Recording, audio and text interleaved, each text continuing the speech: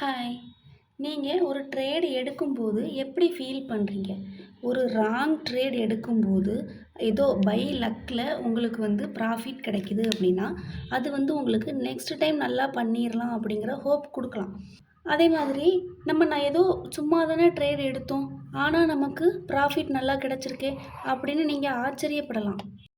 ஆனா, right trade எடுத்தா மட்டும் தான் உங்களுக்கு பீஸ் ஆஃப் மைண்ட் குடுக்கும் அந்த trade.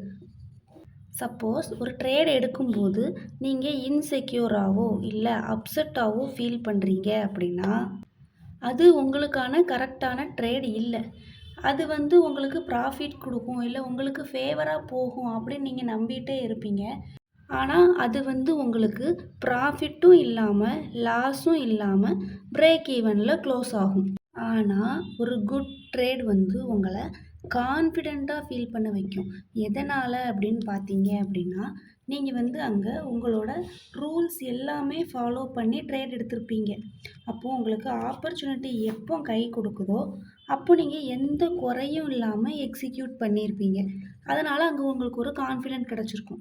Most of the times இந்த மாதிரி ட்ரேட்ல தான் டார்கெட் பாயிண்ட் ஹிட் ஆகும். இதில தெரிஞ்சுக்க வேண்டிய விஷயம் என்ன அப்படின்னா, ஒவ்வொரு ட்ரேட் எடுக்கிறதுக்கு முன்னாடியும் நீங்க உங்களுக்குள்ளே கேட்டு பாருங்க. இப்போ நம்ம எடுக்க போற ட்ரேட் நமக்கு ஃபீல் குட்டா ஃபீல் ஆகுதா? இல்லன்னா எடுக்கவா வேணாமான்னு டவுட்டா ஃபீல் ஆகுதா? அப்படின்னு சொல்லிட்டு.